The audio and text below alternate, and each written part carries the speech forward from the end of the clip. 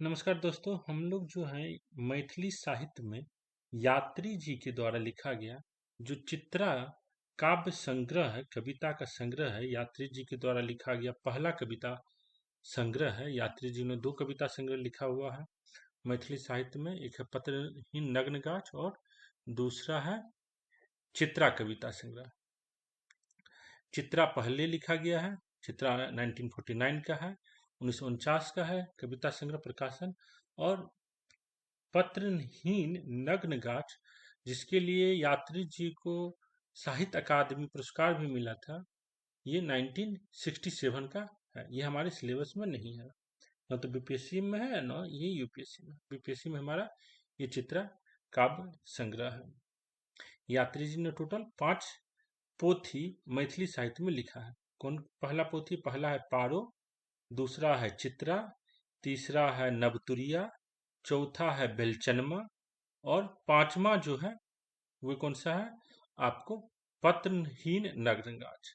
बेलचनमा जो है पहले उन्होंने हिंदी में लिखा था, फिर उसका मैथिली में अनुवाद किया गया है, लेकिन है वो मैथिली में भी अवेलेबल। तो ये मालूम होना चाहिए बेलचनमा मूलतः हिंदी में लिखा गया उपन्यास है, जिसको अनुवाद किया गया मैथिली में। और ये हो गया यात्री जी का मैथिली में जो रचना है, 5 रचना। इसके अलावा जो यात्री जी के भिन्न भिन्न नाम है जो आपको मालूम होना चाहिए, तो यात्री जी का जो प्रसिद्ध नाम आता है, तो सबसे पहला बचपन का नाम ठक्कन मिश्र, फिर वैद्यनाथ मिश्र, फिर उन्होंने यात्री नाम से भी लिखा है, फिर विदेह नाम से लिखा है। उसके बाद हिंदी में नागार्जुन नाम से उन्होंने लिखा है। संस्कृत में उन्होंने चाणक्य के नाम से लिखा है। और हम लोग को मालूम है यात्री जी बहुभाषाविद थे। कम से कम 8 भाषा तो उन्हें मालूम था ही, जो उसके अलावे भी 8 भाषा तो उनकी किताबों में लिखा रहता है, जो हाँ वे 8 भाषा जानते थे। जैसे अंग्रेजी हुआ, मैथिली हुआ, हिंदी हुआ, संस्कृत हुआ, उसके बाद तिब्बती भाषा था, श्रीलंका का कुछ भाषा जानते थे, पंजाबी भाषा जानते थे। तो ये सब भाषा वो जानते थे। हम लोग जब ये चित्रा कविता संग्रह जो है, इसमें टोटल 28 कविता है। इस 28 कविता में से हम लोगों ने कल पढ़ा था कौन कौन सा कविता? कल पढ़ा था गांधी आश्विन मासक राति इजोरिया, उसके बाद फागुनक इजोरिया ठाहा ठही, और युग धर्म, और जेठक बिकट दुफरिया। ये 5 कविता कल हम लोग पढ़े थे। आज जो है हम लोग पढ़ने जा रहे हैं कौन सा? तारक गाछ, द्वंद्व, ऋतु संधि और वंदना। ये 4 कविता आज हम लोग पढ़ने जा रहे हैं। तो वंदना जो है एकदम 15 अगस्त 1947 को लिखा गया है। इस दिन यात्री जी मिथिला का जो इतिहास है, मिथिला की जो संस्कृति है, मिथिला की जो व्यक्तित्व है, उनका गुणगान कर रहे हैं। तो वंदना कविता मूलतः अगर आप देखें तो माँ मिथिले कविता से मिलता जुलता कविता है।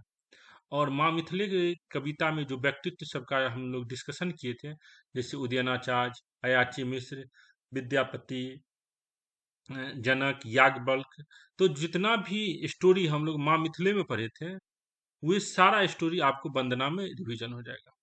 वंदना कविता में जो व्यक्तित्व सबका है, उस व्यक्तित्व का क्या स्टोरी था, उसको हम लोग यहाँ पर पूरा अच्छा से डिस्कशन नहीं कर रहे हैं। जो मंडन मिश्र कौन थे, उसके बाद विदुषी भारती कौन थी, उन दोनों के बीच में क्या युद्ध शास्त्रार्थ हुआ था, या अयाची मिश्र कौन थे, उनका पुत्र कौन था। तो लेकिन पूरा स्टोरी जो है वो माँ मिथिले कविता से ही लिया गया।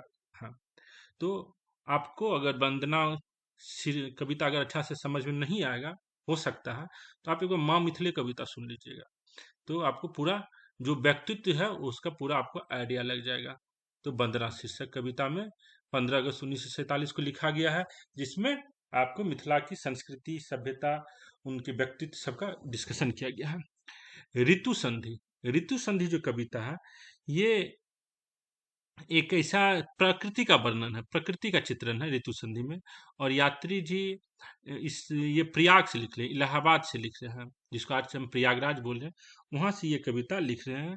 अपनी पत्नी को लिख रहे हैं और उनको बोल रहे हैं जो इलाहाबाद में बहुत ज्यादा गर्मी है, गांव में तो बारिश हो हो गया होगा, और बारिश के समय गांव का कैसा चित्रण होता है, और शहर में जो आदमी रह रहा है गर्मी के मौसम में, उसको क्या दुख होता है, उसको क्या कष्ट होता है गर्मी के कारण। तो ये ऋतु संधि का वहां पर वर्णन किया गया है, अर्थात प्रकृति का चित्रण है। द्वंद्व कविता जो है, द्वंद्व कविता बहुत ही इंपॉर्टेंट कविता है। इसमें जो है यात्री जी दिखाने की कोशिश कर रहे हैं, बतलाने की कोशिश कर रहे हैं, जो आदमी गांव से एक बार शहर, गांव से शहर आ जाता है, वह जीवन भर सोचता रहता है जो गांव ही अच्छा था रहने के लिए। 10 आदमी वहाँ बातचीत करता था हमसे, वहाँ गांव में एक मान प्रतिष्ठा होता है। अब गांव में हम लोग मंदिर जाते हैं, 10 आदमी के साथ बातचीत करते हैं, खेलते कूदते हैं। और शहर में आदमी पैसा कमा तो लेता है, लेकिन वो अकेला हो जाता है। और उसको ना वो स्वादिष्ट खाना जो गांव घर में मिलता है, वो जो फुर्सत का क्षण गांव घर में मिलता है, वो शहर में नहीं मिल पाता है। तो पहले तो गांव और शहर का तुलना की है द्वंद्व में। और उसके बाद जो मन में एक बेचैनी रहता है, जो भी शहर में रह रहा है 10 साल से 15 साल से, जो हम गांव में जाके घर बनाएंगे या शहर में ही क्यों रहें, एक न एक दिन गांव चले जाएंगे, ये आज भी होता है। ये कविता तो आज से 75 साल पहले का कविता है, 75 ही ना, 50, आज से 72 साल प्रिसाइजली अगर देखें तो 72 साल पहले का ये कविता है। हाँ, तो 72 साल पहले भी जो यात्री जी जब गांव से निकले हुए थे, तो उनके मन में जो आ रहा है, जो हमको क्यों गांव चले जाना चाहिए, हम शहर में ही क्यों रहें, शहर में क्या क्या दिक्कत हो रहा है क्या, इसका तुलना किया गया था। तो गांव का लाइफ और शहर का लाइफ, और यात्री जी ये भी बता रहे हैं जो हमको शहर में ही क्यों रहना पड़ेगा। गांव में सब कुछ है, गांव का बहुत अच्छा ही हम इस कविता में वर्णन करेंगे। हाँ, लेकिन वे भी बताएंगे कि गांव में जाके जो विकास का क्रम है वो अवरुद्ध हो जाएगा। विकास जो हम अपने लाइफ में किए हैं, या जो हमारे जो बच्चे सब विकास किए हैं, कर रहे हैं, अगर हम फिर गांव में चले जाएंगे तो जो विकास है, जो नया जीवन शैली है, वो सब छूट जाएगा। तो ये कविता आज के दिन में भी बहुत ही समीचीन कविता है। आज भी हम लोग के मन में कहीं न कहीं, जो बाहर में मेट्रो में रह रहा है, उसके मन में ज़रूर आता है।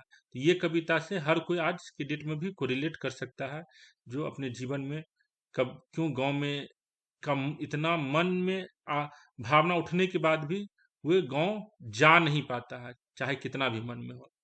तो द्वंद्व कविता भी आपको अच्छा लगेगा समझने में।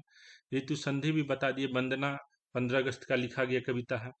तारक गाछ, तारक गाछ एकदम छोटा सा कविता, 5 लाइन का कविता है, exam point of view Se important नहीं है। ये कविता का प्रतीकात्मक ये है, जो आदमी जब सफलता के लिए या कोई जॉब तब लग जाता है, मान लीजिए जॉब लगना भी एक छोटा सफलता ही है, तो आदमी बहुत बड़ा तो हो जाता है अपने नजरिए में, लेकिन वो अकेला हो जाता है। और उसको लगता है जो आज हम जैसे भी रह रहे हैं, ना हम किसी को सहारा दे रहे हैं, ना हम किसी से सहारा ले रहे हैं। तो एक छोटा सा 10 लाइन का कविता है। अ, तो ये सब कविता हम लोग देखेंगे। ये भी प्रतीकात्मक कविता है, भौगोल ने तारक गाछ। तो आज हम लोग पढ़ने जा रहे हैं पहले तारक गाछ, उससे के बाद लंबा कविता है द्वंद्व, उससे छोटा कविता है ऋतु संधि, और उसके बाद वंदना कविता हम लोग पढ़ेंगे। तो चलिए, एक छोटा सा इंट्रोडक्शन के बाद हम लोग सारा कविता पढ़ते हैं और समझने की कोशिश करते हैं क्या क्या इस कविता में है। तारक गाछ 48 नंबर का कविता है, 48 नंबर पेज पर कविता है। चलिए,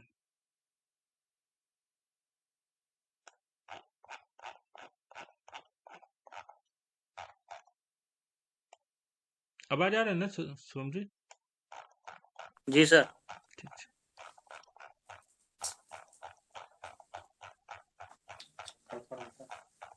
माइक को म्यूट रखिए सोम जी।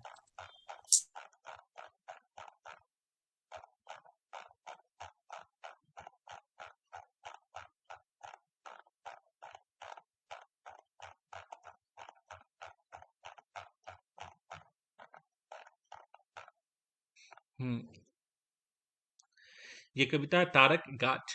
तारक गाछ में क्या करे, बिकट पातर माझ असगरे अछि ठाढ़, तारक गाछ स्वयं सौंसे तर्जनी बनी, विधाता केँ रहल अछि ललकारी, नहीं उपस्थित करै छनि ककरो बंगौर लगा, सब फूसी ओकरा हेतु, जेठक रौद झमाझम बरसैत मूसलाधार, माघक ठाढ़ चैतक तस सब फुसी ओकरा हेतु लगावथु ग कियो कतको जोर बाप पित्ती के करथु ग शोर मुदा रोइया एकटा ओकर उपारल नहीं हेतन ककरो बुत। एकदम छोटा सा कविता है, एग्जाम पॉइंट ऑफ व्यू से इंपॉर्टेंट नहीं है। तो इसका अर्थ समझाते हैं। पहले अगर ये कविता को आप पहले तार की गाछ से ही कोई समझने की कोशिश करते हैं तो तार का गाछ कहाँ है? बिकट पातर माझ। एकदम बिकट मतलब एकदम जो मुश्किल, पातर मतलब क्या होता है? मरुस्थली भूमि, शून्य भूमि जहां पर और कुछ भी नहीं है, पातर। माझ मतलब मध्य। असगरे अछ ठाढ़ तारक गाछ, अकेले तार का पेड़ जो है खड़ा है। अर्थात मान लीजिए एक ऐसा भूमि है, एक बड़ा सा मैदान है जहां पर कोई दूसरा पेड़ पौधा नहीं है। हाँ? और वहां पर क्या है, उस जमीन के बीच में, एक बहुत बड़े फील्ड के बीच में जहां पे एकदम शून्य है, कोई पेड़ पौधा नहीं है, वहां पर अकेले ताड़ का गाछ खड़ा है। बिकट पातर माझ, पातर मतलब शून्य, खाली जगह, बहुत बड़ा खाली जगह। माझ मतलब मध्य। असगरे मतलब अकेले। ऐछ ठाड़ तारक गाछ, तार का जो पेड़ है अकेले खड़ा है। स्वयं सौंसे तर्जनी बनी। तर्जनी मतलब क्या होता है? जो हाथ का जो अंगूठा और मध्यमा के बीच का जो उंगली होता है उसको हम लोग तर्जनी बोलते हैं। तर्जनी उंगली का है। लेकिन यहाँ पर प्रतीकात्मक जो है, तर्जनी मतलब ये एक उंगली की तरह है खड़ा, जो स्वयं सौंसे तर्जनी बनी। मतलब अकेले जो है वो लग रहा है कि एक सीधा साधा तार का गाछ, एकदम लंबा गाछ होता है, एकदम उंगली की तरह वो सीधा खड़ा हुआ, स्वयं सौंसे तर्जनी बनी। अकेले, अकेले से बना हुआ तर्जनी की तरह, एक उंगली की तरह वो तार का गाछ दिख रहा है। विधाता के रहल अछि ललकारी, विधाता जो है भगवान को है ललकार रहा है। नहीं उपस्थित करे छन ककरो बंगोर लगा। वे जो है पेड़ जो है तारक गाछ किसी दूसरे पौधा को अपने आसपास उपस्थित नहीं कर रहा है। बंगोर का मतलब होता है बेकार का वस्तु, हाँ, तुच्छ वस्तु। तो जब यहाँ पर इसका प्रतीकात्मक ये है, जब ये जो तार का गाछ है इसके अगल बगल में कोई दूसरा पेड़ और नहीं लगा हुआ है। अभी हम लोग पहले भी ऊपर में पहले जो ताड़ का जो पेड़ है वो अकेले पेड़ है, उसके आसपास में कोई नहीं है। तो ये जो पेड़ है, ये जो ताड़ का पेड़ है, ये अकेले रह रहा है और इसके आसपास में कोई छोटा मोटा गाछ वृक्ष सब भी कोई नहीं है। तो ये नहीं उपस्थित करे छे ककरो बंगोर लगा, अर्थात अपने साथ किसी दूसरे वस्तु को साथ में लेके उपस्थित नहीं कर रहा है। सब फूसी ओकरा हेतु, ओकरा ले सब फूसी छै, अर्थात सब बेकार छै। अर्थात जखन मान लिअ अहाँ ककरो बंगोर लगा के रहै छियै तऽ अहाँ दू चारि आदमी के साथ रहै छै। एकर कनि अपन जीवन में देखू, एकर की छै मतलब, मान लिअ कोनो गाछे छै या आदमीये के तुलना करू, केओ बंगोर लगा के रहै छै मतलब दू चारि आदमी के साथ ला के रहै छै। लेकिन अगर केओ असगरे छै, उ ओकरा ककरो संगी साथी के साथ ला के नहीं छै, तो ओकरा ले की लागे छै? उ संगी साथी जे छै सब बेकार छै। फुस मतलब तऽ की भेलै? बेकार, झूठ। जेना आइ काल्हि जे आदमी सब शहर में रह रहल छै, मेट्रो में खास कए के जे रह रहल छै, से सब अकेले रहे छै, ओकरा ले सब बेकार छै। ओकर दोस्त महीम घर द्वार के सब आदमी बेकार छै। हाँ, जे अपने जे अहाँ मेहनत करबै, अपने जे बुद्धि लगा के जीबै, वएह अहाँके कल्याण करत। तो एना छै तारक गाछ ले, अगर पेड़ के संदर्भ में खाली समझे के कोशिश करिए तो बिकट पातर माछ, असगरे अछि ठाढ़ तारक गाछ, स्वयं सौंसे तर्जनी बनी।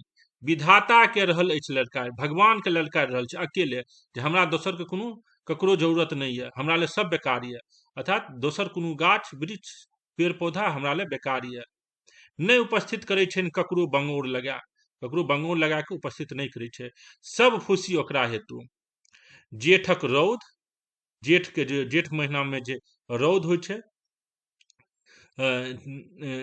झमाझम बरसैत मूसलाधार, झमाझम बरसैत मूसलाधार, चाहे गर्मी हो कि मूसलाधार बारिश हो, कि माघ के महीना के जे माघक ठाड़, ठाड़ मतलब छै ठंडी। चैतक तस, तस चैत महीना में जे तस होइ छै, तस के मतलब की होइ छै? जखन हवा, गर्म हवा चले लागे छै, तो ओइ गर्म हवा के कारण जे गर्मी लागे छै, ओकरो से एकरा फर्क नहीं पड़ रहल छै। तो ई जे तारक गाछ छै, ओकरा नहि तऽ जेठ महीना के रौद से कोनो फर्क पड़ि रहल छै, नहि बरसातक मूसलाधार पानि से फर्क पड़ि रहल छै, माघक ठाढ़ माघक ठंडी से फर्क नहि पड़ि रहल छै, चैतक तस से फर्क नहि पड़ि रहल छै, सब खुशी ओकरा हेतु, अर्थात ओकरा ले कोनो ओकर जीवन में ओकर जे स्थिति छै ओकरा स्थिति में कोनो परिवर्तन नहि करै छै। लगा बथू ग कियो कतको जोर, कियो आदमी कतनो जोर लगा ले, बाप पित्ती के करथू ग शोर, अर्थात बाप पित्ती के कियो बजाया के आनियो लेते, शोर मतलब होइ छै आवाज देनाइ। मुदा रोइया एकोटा ओकर उपारल नहि हेतनि ककरो बुते, मुदा रोइया मतलब जे की कहै छै जे अहाँ ककरो रोइयो नहि उखाड़ि सकबै, अर्थात अहाँ ओकरा कनियोटा दिक्कत नहि पहुंचा सकबै, मुदा रोइया एकोटा ओकर उपारल उपारल मतलब उखाड़नाइ नहि हेतनि ककरो बुते। लेकिन ई जे गाछ छै एकरा नहि कियो दोसरो आदमी या बरसाइत या कोनो मौसम के असर एहि गाछ पर पड़ि रहल छै। किछु किछु शब्द एहिमे जे छै ओकरा हम अहाँके डिक्शनरी से दिखा दै छी ताकि अहाँके कन्फ्यूजन नहि हो। देखू, तस मतलब की छै बैसाखक झड़क, जस्ट ऑफ स्कॉर्चिंग विंड। तस पातर मतलब की होइ छै एतऽ, पातर मतलब सूक्ष्म मेहियो होइ छै, पातर मतलब छै बिरल। हाँ, बिरल मतलब एहि कविता के संदर्भ में जे पातर के मतलब आबि रहल छै जे बिरल मतलब किछो ओतऽ नहि छै, खाली जगह छै। ई दूटा अर्थ समझ में आबि गेल, तस और पातर, डिक्शनरियो से देखा देलहुँ जे कन्फ्यूजन नहीं रहे। और कोनो शब्द एहिमे, बंगोर, बंगोर जे एकटा शब्द छलै माछ, माछ शब्द तऽ बताइए देलहुँ, माछ मतलब होइ छै बीच में, माछ एहि कविता में जे माछ छै बीच में। बगोर, बगोर मतलब होइ छै तुच्छ वस्तु, तुच्छ वस्तु मतलब बेकारक वस्तु। तो बंगोर एकटा नया शब्द अहाँ सीखलिए, एगो माछ शब्द सीखलिए एहि कविता से, एगो माछ शब्द सीखलिए, एगो अहाँ सीखलिए ये बंगोर, और एगो तस, ई सब शब्द अहाँ सीख लिये एहि कविता में। ई कविता भए गेल, ई छोट सनक कविता छलै 5 लाइन के, समझ में आयल शुभम जी? ठार मतलब जी ठार मतलब ठंडा भेलै ने सर? हाँ, ठार, माघक ठार, ठंडा, माघक ठार, ठार मतलब भेलै ठंडा। आज शब्द के सर विद्यापति में सेहो प्रयोग छै ने, माज खिन धनी। हाँ, माझ खिन धनी। हाँ, कोई आदमी बोलना चाहते हैं तो कुछ पूछ सकते हैं। तो देखिए इस कविता में अगर हम पेड़ के संदर्भ में ले तो पेड़ का जो ताड़ का पेड़ है उसका बोला जो ये अकेले एक निर्जन जगह पर उगा हुआ है, जिसके आसपास में कोई दूसरा पेड़ नहीं है, इसको बरसात या था तो मौसम का उस पर कोई असर नहीं पड़ रहा है, या कोई आदमी भी उसका कुछ उसको कोई दिक्कत नहीं पहुंचा पा रहा। तो सिंपल कविता है, एग्जाम पॉइंट ऑफ व्यू से उतना इंपॉर्टेंट नहीं है। तो चलिए अब हम अगला कविता जो समझाते हैं, ये कविता एग्जाम पॉइंट ऑफ व्यू से इंपॉर्टेंट कविता है। ये है द्वंद्व कविता। द्वंद्व कविता हम आपको बता दिए, जो भी आदमी आज के डेट में शहर में रह रहा है, चाहे छोटा शहर हो बड़ा शहर हो, उस सब के मन में कभी न कभी गांव जाने की इच्छा रहता है, जो हम गांव में जाके घर बनाएंगे, गांव में ही अपने बुढ़ापा बिताएंगे। लेकिन ये इच्छा 99% आदमी का मन में ही रह जाता है। क्यों रहता है? तो ये यहाँ पर समझने की हम लोग कोशिश करते हैं। द्वंद्व, जो ये द्वंद्व जो चल रहा है यात्री जी के मन में, देखिए, चिर प्रवासी व्यर्थ हम अनका ऊपर करिए कथी ल कनको अभिरोष, कथी ल अनका दिए हम दोष, के मेटाओत कपारक ई लिखलहा, जन्म भरी हम सहब जननी वियोगक परिताप, क्रूर नियतिक भयंकर अभिशाप, नहीं बहराय अछि जे गाम से बोमिया। अर्थात यात्री जी की करे, चिर प्रवासी, चिर मतलब बहुत दिन से हम प्रवासी छी, व्यर्थ हम अनका ऊपर करे ये कथी ल कनको अभिरोष, अभिरोष मतलब गुस्सा, करिए कथी ल कथी ल कनको अभिरोष, अनका ऊपर, जो आज यात्री जी करे, आज जो हम बहुत दिन से गांव से बाहर है, इसके लिए हम किसी दूसरे को नहीं कारण मानते हैं, और किसी दूसरे को हम नहीं बोल रहे जो उसी के कारण आज हम गांव से बाहर हमको रहना पड़ रहा है। चिर प्रवासी व्यर्थ हम अनका ऊपर, हम व्यर्थ में किसी को क्यों अभी लांछन लगा, जो हम उसी के कारण हमको आज शहर शहर में रहना पड़ रहा।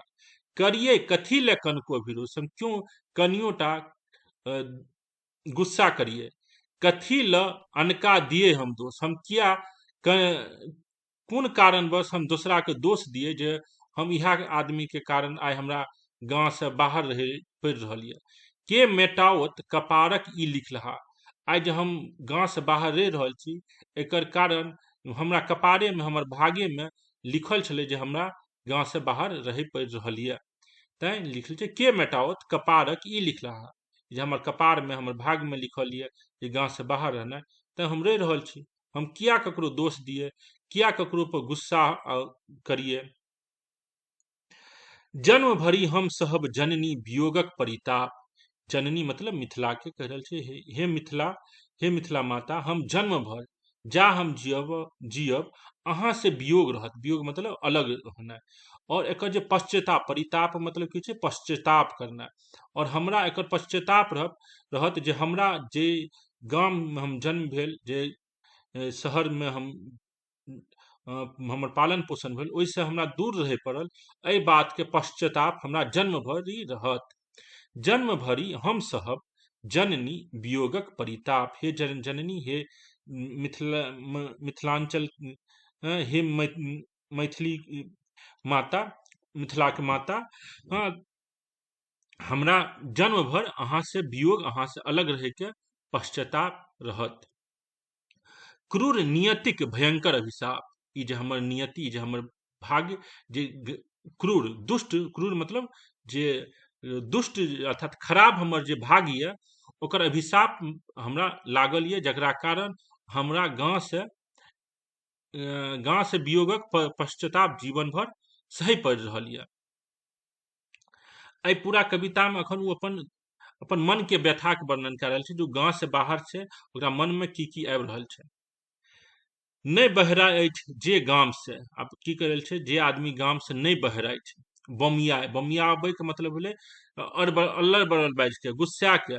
मान लिअ केओ गाम से बाहर किया उस समय जाइ छलै, जे हमरा गाम में ई सुविधा नहीं भेट रहल ये, हमरा पढ़ाई में दिक्कत भए रहल ये, हमर जीवन यापन के आर्थिक संभावना नहीं देखा दे रहल ये, अर्थात क्षुब्ध भए के जे आदमी गाम से नहीं जाइए, ओकरा बारे में यात्री जी कह रहल छै, दुखी भए के जे आदमी नहीं जाइए, नहीं बहरा अछि जे गाम से बमियाए, धन्य थिक ओ व्यक्ति धन्य छै, ओ नीक छै, घर ही लग क लै कोनो वृत्ति और व्यवसाय, और जे गामे में कोनो व्यवसाय, कोनो नौकरी क्या ले छै, स्वजन परिजन दियाद बाद समेत, और अपन गामे में जे स्वजन, अपन घर के आदमी जे छै, परिजन जे गाम के आदमी सब छै, दियाद बाद जे अपन पिताजी के जे भाय सबके साथ जे रह रहल छै, स्वजन परिजन दियाद बाद समेत, जकर जिंदगी होइत छैक गुदस्त, जे आदमी गामे में रहे छै, अपन स्वजन परिजन दियाद बाद के साथ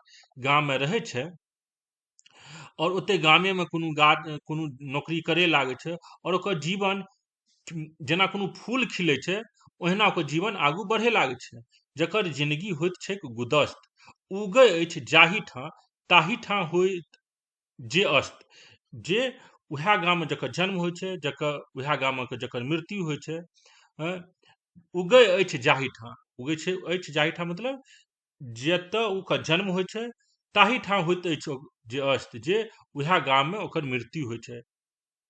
ज्ञान छै जकरा फराक फराक, जे आदमी के ज्ञान छै फराक फराक, अलग अलग ज्ञान छै, कथी के अलग अलग ज्ञान छै, फराक फराक मतलब छै अलग अलग, चंद रवि ताराक, चिड़ै चुनमुनीक, चिट्टीक और पिपरीक, जकरा अलग अलग ज्ञान छै, जे कोन चंद्रमा छै, कोन रवि छै, कोन तारा छै, रवि मतलब सूरज, चिड़ै चुनमुनीक, चिट्टी पिपरीक, चिट्टिए के छोट जे चिट्टी जेना रहे छै ओकरे पिपरी कहै छियै, अर्थात जे गांव घर के आदमी छै, जकर जे चंद्रमा के मूवमेंट के देखे छै, हाँ आइ ई भेलै त्रयोदशी, आइ ई भेलै शुक्ल पक्ष, ई भेलै आइ कृष्ण पक्ष, तारा के चिन्है छै, अच्छा ई तारा छै, ई उ तारा छै, चिड़ै चुनमुनी के चिन्है छै, चिट्टी पिपरी के चिन्है छै, रूप गुण अनुसार जे आमक रखै अछि नाम, और ना जे आम के पेड़, आम जे होइ छै ओकर रूप और गुण के आधार पर ओहि आम सबके नाम राखै छै। धानक रखै अछि नाम, और धान सब जे भिन्न भिन्न प्रकार के धान होइ छै ओकरो नाम राखै छै ई आदमी सब। के आदमी जे गांव में रहे छै, अपने दियाद बाद स्वजन परिजन के साथ रहे छै, गामे में कोनो नौकरी करे लागे छै, और ओते ओकर जन्म होइ छै और ओते ओकर मृत्यु होइ छै। और वो आदमी सबके चंद्रमा, सूरज, तारा, चिड़ै चुनमुनी, चिट्टी पिपरी सबके बारे में पता छै जे की छै। और जे आदमी शहर में रहे छै ओकरा नहीं पता चले छै जे त्रयोदशी कहिया छै, कहिया पूर्णिमा छलै, ओकरा लेल तऽ सब राति पूर्णिमे छै, अमावस्या तऽ कहियो होइते नहीं छै शहर में। उ तऽ भरि दिन लाइटे में रहे छै, बिजलिए बत्ती में रहे छै, तऽ उ की बुझते जे पूर्णिमा छै कि अमावस्या छै। आ चिट्टी पिपरी कतौ देखै छै, आ चिड़ै चुनमुनी कतऽ भए गेलै ओकरा 5 साल देखने। आम के तऽ पतो नहीं चलै छै ई कोन आम छै, खाली आम छै इतने टा पता चलै छै। धान, धान गेहूं में की अंतर छै इहो नहीं पता छै शहर के आदमी के। आ धान के नाम की छै ई तऽ भगवाने, ई तऽ बड़का लेल ओकरा लेल गूगल करे पड़तै। तऽ जे शहर के आदमी छै गूगलो से नहीं पता चलते जे कोन धान धान छै। तऽ शहर के आदमी के ने धान के बारे में पता चले छै, ने आम के नाम के बारे में पता चले छै, ने चिट्टी पिपरी समझ में आवे छै, हाँ नहीं कोन ग्रहण छै, कोन तारा छै। ई एकते गाम के आदमी के पता छै, शहर के आदमी के नहीं पता छै। यात्री जी कह रहल छै, जननी तोहर प्राण तोहर शक्ति धन्य थिक ओ व्यक्ति। अर्थात जे आदमी गाम में रहे छै उहे आदमी से जे मिथिलांचल के प्राण छै। के आदमी मिथिलांचल के प्राण छै, के आदमी मिथिलांचल के शक्ति छै, जे आदमी गाम में रह रहल छै। यात्री जी कह रहल छै, जननी हिम हिम हिम मिथिला माता तोहर प्राण तोहर शक्ति धन्य थिक ओ व्यक्ति धन्य छी थिक जे गाम में रह रहल यऽ। चिर प्रवासी हम तोहर संतान, हम चिर प्रवासी छी, बहुत दिन से बाहर रह रहल छी, हम तोहर संतान छी।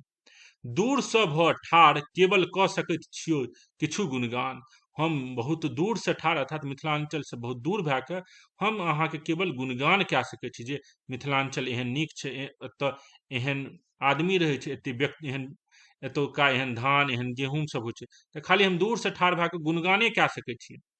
कोन लगने पैर राखल गंडकी, गंगा हम अही पार। आब कह रहल छै यात्री जी गंडकी जे अर्थात गंडक नदी के जे पार भेलै, अर्थात मिथिलांचल के जे चौहद्दी छै, मिथिलांचल के चौहद्दी की मानल जाय छै, पश्चिम में गंडक, पूरब में कोसी, उत्तर में हिमालय और दक्षिण में गंगा। ई जे छै मिथिलांचल के चौहद्दी मानल जाइ छै। अगर अहाँ से केओ पूछे जे मिथिलांचल ककरा कहै छियै, तऽ मिथिलांचल के चौहद्दी अहाँके मालूम होयके चाही। जे गंडक नदी जे छै उ भेलै मिथिलांचल के पश्चिम इलाका, पूरब में छै कोसी, दक्षिण में छै अहाँके गंगा, और दक्षिण में गंगा और उत्तर में कोन छै अहाँके हिमालय। ई पूरा मिथिलांचल कहलाबै छलै। आब कनी मनी बाउंड्री कनी घसक गेलैए, लेकिन जे हमर सबके वेद पुराण में मिथिलांचल की स्थिति बतायल गेलैए, इएह मिथिलांचल की स्थिति छै। हाँ, तऽ इएह छै जे यात्री जी कह रहल छै, कोन लगने पैर राखल गंडकिक गंगाक हम अही पार। अर्थात जहिया ओ गंडक नदी के पार करलकै, गंगा नदी के पार करलकै, कोन लगने पार करलकै जे मिथिलांचल से बाहर भए गेलै, बिसरि गेलहुँ। और उ बिसरि गेलै, कथी बिसरि गेलै, बागमती, कमला, बलानक, तिलजुगा, घेमहुराक, रुद्र रूपा, कौशिक ओधार। तऽ जहिया से उ मिथिलांचल से बाहर एलै, अर्थात गंडक नदी कोसी नदी के पार करलकै, तहिया से उ जे गामक छोट छोट नदी छलै ओकरा बिसरि गेलैया। कोन नदी सबके गामक नदी के बिसरि गेलै, जे बागमती नदी छलै, कमला नदी छलै, बलान नदी छै, तिलजुगा नदी छै, घिमुराक नदी छै, ई सब नदी के बिसरि गेलैया। रुद्र रूपा, कौशिक उधार, कोसी नदी जे छै जेकरा अखनो हमसब कहै छियै जे बिहार के शोक छै, रुद्र रूपा मतलब बहुत भयंकर रूप छै कोसी, कियाकि सब साल पहले बाढ़ आने छलै, अखनो आब बाढ़ि तऽ आबिते छै, कम आबि रहल छै। तैं रुद्र रूपा मतलब भयंकर रूप वाली कौशिक उद्धार के यात्री जी आब बिसरि गेलैया, कियाकि आब यात्री जी बाहर रहि रहल छै। मिथिलांचल से बाहर रहि रहल छै, तऽ आब ओकरा याद नहि आबि रहल छै, अर्थात ओ बिसरि गेलै जे केहन कोसी नदी में बाढ़ि आबै छै, बागमती, कमला बलान, तिलजुगा, घेमुरा, ई नदी सब केहन छलै से सब ओ बिसरि गेलैया जहिया से यात्री जी मिथिलांचल से बाहर निकललैया। बिसरी गेलहुँ माय बापक भाई बहिनक स्नेह, बिसरी गेलहुँ कोन माटिक कोन पानिक थिक बनल ई देह। यात्री जी की कहि रहल छै, जहिया से हम गाम से बाहर निकललहुँ यऽ तहिया से हम बिसरि गेलहुँ यऽ जे हमरा माय बाप भाय बहिन सब कते प्रेम करै छलै। बिसरि गेलहुँ, हम इहो बिसरि गेलहुँ यऽ जे कोन माटिके कोन पानिके ई जे हमर देह जे यऽ ओ बनल छै। बिसरि गेलहुँ माय बापक भाई बहिनक स्नेह, हम इहो बिसरि गेलहुँ जे हमरा से माय बाप भाय बहिन सब कते प्रेम करै छलै, केना नीक से हमरा राखै छलै। आइ हम असगरे रहि रहल छी ई बाहरी मेट्रो के दुनिया में। बिसरि गेलहुँ कोन माटिक कोन पानिक थिक बनल ई देह, कोन माटि कोन पानि से हमर ई देह बनल यऽ। वर्ष पर 2 वर्ष पर जो जाइ छी हम देश, अगर हम 1 साल या 2 साल के बाद अगर हम अपन देश जाइ छी, अर्थात गाम जाइ छी। एकटा चीज देखू, यात्री जी अपन मिथिलांचल के एगो देश मानै छै, ओ एकरा शहर नहीं मानै छै, मतलब छोट सनक स्टेट नहीं मानै छै। उसमें यात्री जी की मानल छै, और मिथिलांचल के एगो देश मान रहल छै, और भारत के महादेश मानै छै। ई कनी बात याद राखब अहाँ सब। तैं छै वर्ष पर 2 वर्ष पर जो जाइ छी हम देश, अगर हम 1 साल या 2 साल के बाद हम अपन गाम जाइ छी, अपन देश जाइ छी, 4 दिन धरि जो लगे अछि बेस, जे 4 दिन अगर हमरा रहै छी तऽ हमरा लागै छै जे हम बहुत दिन रहि गेलहुँ यऽ। ताही से बेसी उम्हर रहनाइ बूझी पड़ै अछि डाँर, 4 दिन से बेसी अगर हमरा रहै पड़ैया गाम में तऽ हमरा लागैया जे हमरा दंड पड़ि रहल यऽ, कष्टकर बुझाइ दैया गाम में रहनाइ। वर्ष पर 2 वर्ष पर जो जाइ छी हम देश, 4 दिन भर 4 दिन धरि से लगे अछि बेस। अगर 4 दिन गाम में रह जाइ छै, 4 दिन धरि से लगे अछि बेस। 4 दिन अगर गाम में रह जाइ छै तो उनका लागे छै बहुत दिन रह गेलै है, क्योंकि 4 दिन के बाद ओकरा यात्री जी या जे गाम में जाइ छै शहर से, ओकरा लागे छै जे शहर में हमरा ई छूटि रहल यऽ, गाम में बहुत फुर्सत रहै छै, तऽ 4 दिन के बाद ओकरा मोन गाम में नहीं लागे छै, ओकरा शहर के याद सताबे लागे छै, जे शहर में रहतौ तो इम्हर घूमतो उम्हर फिरतो, ई देखतो ऊ करतो।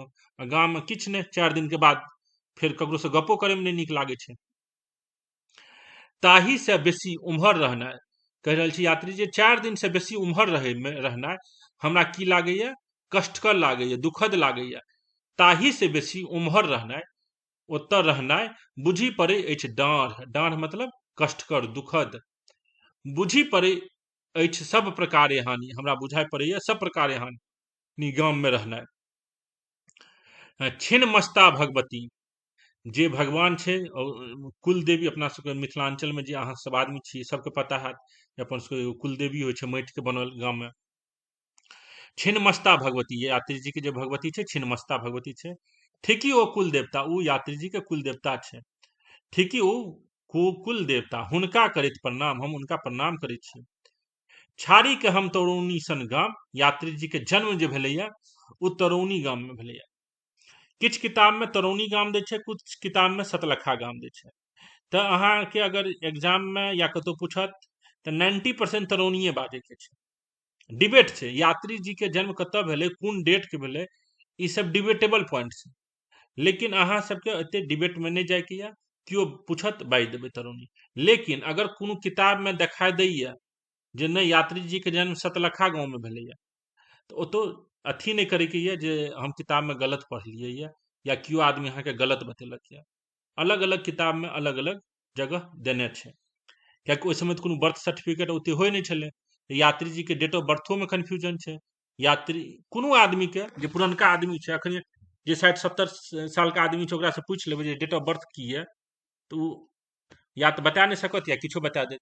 ओहिना यात्रियो जी जे छै, फेमस छै यात्री जी के जन्म भेलैया तरौनी गाम, लेकिन भिन्न भिन्न किताब में अलगो छै, सतलखो गाम देने छै, इएह बतै छियै। तऽ छाड़ी के हम तरौनी सन गाम, यात्री जी कह रहल छै जे हम तरौनी गाम के छोड़ के चले अबै छी दूर, बहुतो दूर, हम तरौनी गाम के छोड़ के बहुत दूर चलि आबै छी। रेल पर चढ़ी चल अबै छी बहुतो दूर। अर्थात यात्री जी की करै छै जे अगर साल भरि 2 साल पर अगर एक बेर गाम जाइतो छै तऽ 4 दिन से बेसी नहि रहि पाबै छै। 4 दिन के बाद ओकरा शहरके याद सताबे लागै छै जे शहरमे रहतहुँ तऽ हमर प्रॉफिट हैत, गाममे छी तऽ हमरा बहुत कष्ट पहुँच रहल यऽ, ओकरा दुख बुझाइ दे लागै छै। 4 दिन के बाद हानि बुझाइ दे लागै छै जे शहरमे रहतहुँ तऽ 2 टका कमा लेतहुँ, गाममे खाली खर्चे भए रहल यऽ। तैँ की करै छै, 4 दिन के बाद ओ भगवान जे अपन कुलदेवी छै ओकरा प्रणाम करै छै और अपन तरौनी गामसँ बाहर चलि जाइ छै, दूर चलि जाइ छै। केना चलि जाइ छै? रेलगाड़ी पर चढ़ि के चलि जाइ छलै। छाड़ी के हम तरौनी सन गाम, चल अबै छी दूर बहुतो दूर, रेल पर चढ़ी चल अबै छी बहुतो दूर। यात्री जी रेल पर चढ़ि के बहुतो दूर चलि आबै छलै। इएह रेल पर यात्री जी अपन कविता लिखै छलै, मतलब गाँव घरमे कतौ लिखै छलै और रेल में जाके बेचै छलै ताकि एहि कविता सबसे 2 रुपैया होय। तऽ रेल के इम्पोर्टेंस यात्री जी के जीवन में बहुत रहलै। शुरुआत में कविता रेले पर बेचै छलै। यात्री जी के जे कविता सब जे छै, चित्रा, ई सब पहले एक एकटा कविता लिखै छलै, जेना बूढ़ लिखलकै, विलाप लिखलकै और ओकरा रेल में जाके बेचै छलै यात्री जी। तऽ रेल पर घूमितो छलै और तैं यात्री जी इहो काज छलै। तऽ रेल पर एतऽ तक समझ में आबि गेल हैत जे अपन गाम जायमे ओकरा की दिक्कत होइ छै और गाम के आदमी सबके केना नीक बाजि रहल छै। एम्हर अबतहि आब की कहै छै, जखन हम आबि जाइ छी गामसँ बाहर, अपन प्रवासमे आबि जाइ छी, अपन शहरमे आबि जाइ छी, तऽ की करै छी? एम्हर अबतहि संगठित सन बंधुतामे परस्पर आबद्ध रंग बिरंगक लोक, विविधाचार आ विचार, नीक हमरा लगे अछि ई आधुनिक संसार। Rail, motor, tram, post, telegram, जलधि पर जलयान, नील नभ में श्वेत पीत विमान, प्रेस, बिजली, रेडियो ओ फिल्म, नीक हमरा लगे अछि ई आधुनिक संसार।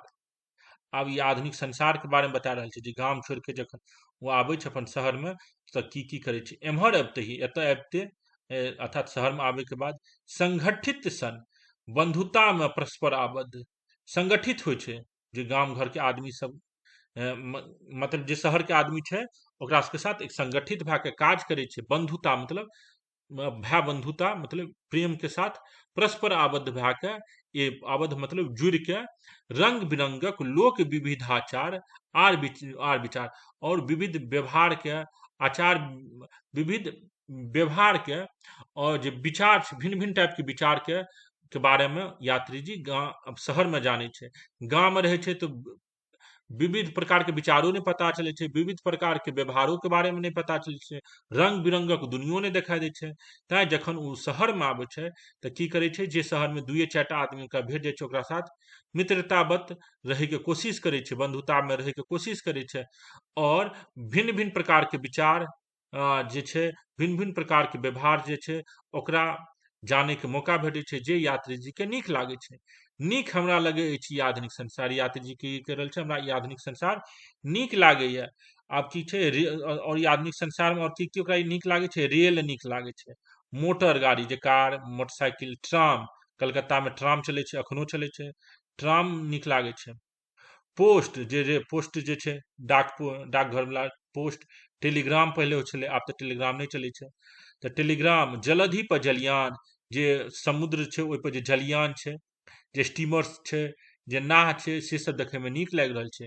नील नभ में श्वेत पीत विमान, जे नीला नभ, नीला जे आकाश में जे श्वेत पीत जे नीला आकाश में जे एकदम पियर श्वेत पीत विमान, अर्थात उज्जर और पियर रंग के जे विमान छै, हवाई जहाज जे छै, वो ओकरा यात्री जी के शहर में नीक लागि रहल छै।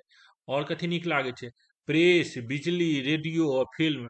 प्रेस जे अखबार छै, बिजली, रेडियो, फिल्म, ई सब ओकरा नीक लागे छै। नीक हमरा लगे अछि ई आधुनिक संसार। और ई आधुनिक संसार यात्री जी के नीक लागे छै।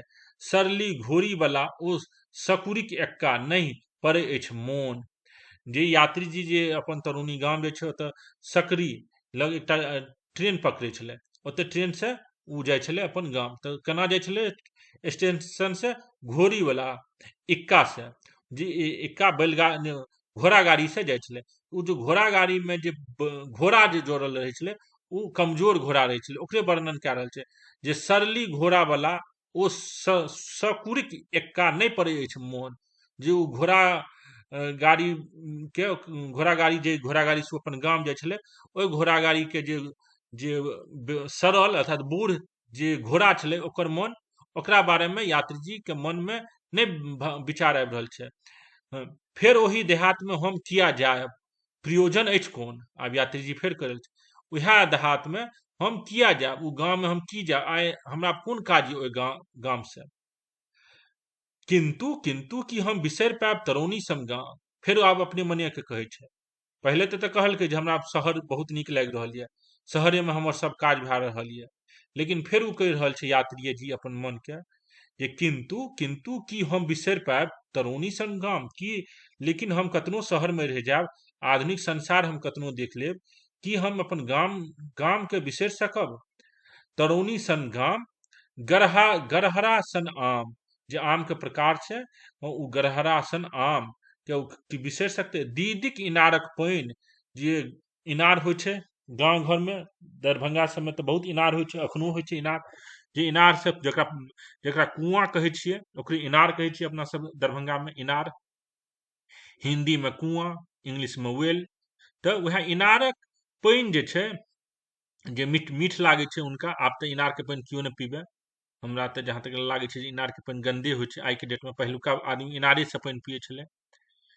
तऽ उएह कहल छै जे दीदीक इनारक पानि, अपन पोखरिक ओ ठूठ पातर जाइत, अपन पोखरिक, अपन जे पोखर छै ओहिमे जे ठूठ, हाँ ठूठ पातर जाइत, पातर जाठी, जाठि होइ छै पोखर के बीच में एगो जाठि होइ छै, एगो लकड़ी होइ छै, हाँ जे पोखर के बीच में होइ छै। हाँ जाठि के की काज होइ छै, केओ आदमी बतेबै जाठि किया गाड़ल जाइ छै पोखर के बीच में? सर पानी के मात्रा ना पहले कहूँ बेसी हो जाए तो। अहाँ सब मिथिलांचल में छियै, अमित आनंद जी बतबू जाठि किया गाड़ल जाइ छै? हाँ अमित आनंद, मुकेश जी, वैभव, हाँ धार्मिक रीजन होता है सर, हाँ धार्मिक रीजन होता है। पूजा पाठ के टाइम ही जब तालाब खुंदवाया जाता है उसी टाइम में गाड़ा जाता है पूजा पाठ के। अमित जी बोल रहे हैं, अच्छा देखिए हाँ जाठ, जाठ गाड़ने का मतलब क्या हुआ, हम लोग सब चीज का विवाह दान करवाते हैं, जैसे कुआं का भी विवाह होता है, पोखर का भी विवाह होता है, तो जिस पोखर का विवाह अर्थात विधि विधान से विवाह नहीं किया गया उसमें जाठ नहीं गाड़ा जाता, अर्थात पोखर जो है, पोखर में का जो विवाह जाठ हुआ, जो पोखर का विवाह हो चुका है धार्मिक रीति रिवाज से, समझे। तो अगर जिस पोखर का विवाह नहीं हुआ अर्थात उसमें जाठ नहीं गड़ा हुआ होगा, उसमें क्या होगा, जो कोई भी धार्मिक काम जो है उसमें नहीं होगा। तो जाठ है पोखर के विवाह का सिंबल, जो पोखर जो है विवाहित है, पोखर अविवाहित नहीं है। यह है मिथिलांचल की संस्कृति, समझे। आज के डेट में अगर पोखर का विवाह करवाना था तो उसमें जाठ गाड़ना है तो आज के डेट में 5 से 6 लाख रुपया खर्चा होगा, बात समझ आ रहा है। तो जाठ का सांस्कृतिक इंपोर्टेंस ये नहीं जो पानी नापने के लिए, समझ में आया सौरभ जी? हाँ सर। हाँ, जिस एक चीज और बताते हैं, माना जाता है जिस पोखर में जाठ नहीं गाड़ा हुआ उस पोखर में नहाना नहीं चाहिए, ये संस्कृति है, समझे। तो आपको अपनी संस्कृति भी समझ में आना चाहिए। तो जो देखिए ये जो चित्रा कविता है, इस चित्रा कविता को पढ़ने से आपको मिथिलांचल की पूरी संस्कृति समझ में आ जाएगी, समझ में आ रहा है, मिथिलांचल में क्या होता है नहीं होता है सब कुछ आपको समझ में आ जाएगा ये चित्रा कविता पढ़ने से। तो चलिए आगे पढ़ते हैं। तरौनी सन गाम, गरहरा सन आम, दीदीक इनारक पानि, अपन पोखरिक ओ ठूठ पातर जाठि, हरियरिक सागर जकाँ हिलोर रही रही लैत, धनहर बाध कोसक कोस, चौठ चंद्रक पिरुकिया, कोजगराक मखान, थल कमल और सिंहर हारक फूल, देव उठौन और नवान। आप की कह रहल छै दीदी किनारक पानि यात्री जी कहै छै कि हम अपन तरुणी सन गाम के बिसरि सकब, जे गरहरा सनक जे आम जे छै ओकरा बिसरि सकब, दीदी के इनार के पानि के बिसरि सकब, जे पोखरि में जे जाठि छै ठूठ छै पातर जे जाठि छै ओकरा हम बिसरि सकब, जे हरियरिक सागर जकाँ जे गाम में जे कोसक कोस अर्थात बहुत पैघ इलाका में जे धान लागल छै, जे बहुत पैघ इलाका में जे धान लागल छै, उ धान जे हवा के झोंका से हिलै छै, हाँ उ जे धान के गाछ छै हवा के झोंका से जे हिलै छै, उ हिलैत गाछ के उ धानक गाछ के उ यात्री जी कह रहल छै कि हम बिसरि सकब, हरिहरिक सागर जकाँ जे एकदम हरा रहे छै, उ एकदम सागर जना लागे छै, जे बहुत दूर तक रहे छै, 10-20 कोस में अगर फैलल खेत रहते तो ओहिना लागते ने, हरिहरिक सागर जकाँ हिलोर ले, जेना सागर हिलोर ले छै, सागर के जे पानि इम्हर से उम्हर होइत रहे छै, कखनो तट पर आबै छै कखनो तट से उम्हर जाइ छै, तो जेना सागर के पानि हिलोर ले छै इम्हर से उम्हर होइत रहे छै, ओहिना जे खेतक कोसक कोस में पसरल जे धानक खेत छै उ हिलकोर लाल छै, अर्थात घूमि रहल छै इम्हर से उम्हर डोलि रहल छै, ओकरा यात्री जी कह रहल छै जे हम बिसरि सकब। चौठ चंद्रक पिरुकिया जे चौठ चंद्रक जे पूजा होइ छै, कोन पूजा? चौठ चंद्रक पूजा ककरा कहै छी शुभम जी? चौड़चन सर, चौड़चन चौड़चन, हाँ गणेश पूजा। हाँ गणेश पूजा नहीं भेलै, ओकरा हम सब चंद्रमा के पूजा समय करै। वही हाँ वही समय में रही छै सर, वही समय में। हाँ लेकिन अपना सब गांव में ओकरा गणेश पूजा अलग छै सर, हाँ उ चौड़चन में वो अलग छै। हाँ चौड़चन में की होइ छै, अहाँ एगो फल के ला के भगवान के चंद्रमा के देखै छियै राति में, बात बुझलियै, ओकरा चौड़चन कहै छियै, वएह में पुरुकिया बनै छै, हाँ सर, हाँ ठकुआ बनै छै, ठकुआ पुरुकिया इहो में बनै छै, ये खाली छठे टा में ठकुआ पुरुकिया नहीं बनै छै, चौड़चनो में बनै छै, पुआ बनै छै, कोजगराक मखान। कोजगरा की होइ छै, जे विवाह के बाद जे पहिल साल जे होइ छै कोजगरा होइ छै, ओहिमे लड़का के ऊपर में एगो छत्ता दए देल जाइ छै, ओहि पर मखान छीटल जाइ छै, तऽ ई कोजगरा जकर नया विवाह होइ छै ओकरा एहिठाम कोजगरा के पूजा होइ छै, ई नया पहिल साल होइ छै विवाह के। चौठ चंद्रमा बता देलियै, ओकरा चौड़चन कहै छियै। थल कमल आ सिंहारक फूल, थल कमल के जे फूल होइ छै, सिंहारक जे फूल छै गांव घर में, ओकरा बिसरि सकते। देवउठान और नवान, देवउठान एगो पूजा के नाम छै, देवउठान और नवान एगो पूजा के नाम छै। नवान और देवउठान के बारे में ककरो पता है? अमित आनंद जी बताऊ, नवान ककरा कहै छियै? बताऊ, अहाँ सबके पूरा क्लियर भए जायत जे अहाँ सब मिथिलांचल में छी कि नहीं। हम कहिए सर, हाँ कहू। देवउठान सर एकादशी भेलै सर, ओहिमे सर भगवान मतलब उठै छथिन, से भऽ गेलै एकादशी अखने भेल रहै सर, कार्तिक के समय रहै छै। भगवान उठै छै, और कतऽ से उठै छै? मतलब वो सुतल रहै छथिन भगवान कते विष्णु भगवान, कते ओकर दिन बाद सुतल, कते दिन सुति कऽ उठै छथिन। कते दिन के सुते के बाद उठे छै? सत्यनारायण भगवान का पूजा जो सर होता है। 6 महीना सर, 6 महीना, हाँ 4 महीना 4 माने महीना, 4 महीना या 6 महीना, 4 महीना या 6 महीना छै सर। हाँ सत्यनारायण भगवान के पूजा अलग छै, देवउठान अलग छै। देवउठान जे तो छै, सर वही नवान और सत्यनारायण भगवान का पूजा। नवान सत्यनारायण भगवान का पूजा नहीं है भाई, नवान दूसरा पूजा। नवान सर भऽ गेलै, नवान सर नया अन्न जब आबै छै सर, नवान तखने होइ छै, नवान नया अन्न जे मतलब धान तान जखन नया होइ छै तखने सर होइ छै। नवान की होइ छै, जखन नया फसल कटे छै तऽ अपन सबके मिथिलांचल के में होइ छै जे नया फसल के चूड़ा बनै छै सर, उ भगवान के चढ़ायल जाइ छै। चूड़ा दही सर। तऽ नवान में की होइ छै, जे नया फसल जे कटे छै ने ओकरा भगवान के लग चढ़ायल जाइ छै, ई भेलै। आ देवउठानो छै अहाँके भगवान विष्णु के 4 महीना की 6 महीना सुति के उठे के बाद एक फेस्टिवल के तरह मनायल जाइ छै। ई सब कनी कनी आइडिया रहैके चाही, कोन छै देवउठान, कोन छै नवान। हाँ ई सब जो पूजा छै एकरा की बिसरि सकब। कलम खोरा कनक जीर सतरिया कामोद परबा पाखी लछुमन भोग बिसरत कोना गमकैत मेही धान। ई सब धान सबके नाम छै। कलम खोरा कनक जीर सतरिया कामोद परबा पाखी लछुमन भोग बिसरत कोना गमकैत मेही धान। जे गमकौआ जे धान होइ छै ओकरा सबके यात्री जी कह रहल छै एते प्रकार के धान के हम केना बिसरि सकब। नहीं देलनि भगवान अपना खेत खरिहान। भगवान जे छै अपना खेत खरिहान हमरा नहीं देलक ये। एक मिनट रुक जाओ। चलो तऽ छलै जे कलम खोरा कनक जीरा सतरिया कामोद परबा पाखी लक्ष्मण भोग बिसरत कोना गमकैत मेही धान। नहीं देलन भगवान अपना खेत खरिहान तैयो गाम पर चलि जाय अछि यदि ध्यान तऽ से ककर थिक साध्य। ई तऽ एते धान गेहूँ धान सबके प्रकार के बारे में बात जे छै। और फिर कहै छै नहीं देलनि भगवान अपना खेत खरिहान। जे यात्री जी तऽ गरीब घर से छलै, अहाँके बतेनहिए छलहुँ यात्री जी गरीब छलै। तो यात्री जी कह रहल छै जे अपना भगवान खेत खरिहान नहीं देलक ये, नहीं देलक, लेकिन गाम पर जखन हमरा ध्यान चलि जाइ छै, नहीं हम नहीं चाहै छी गाम पर हमर ध्यान जाय, लेकिन ध्यान हमर चलिए जाइ छै गाम पर।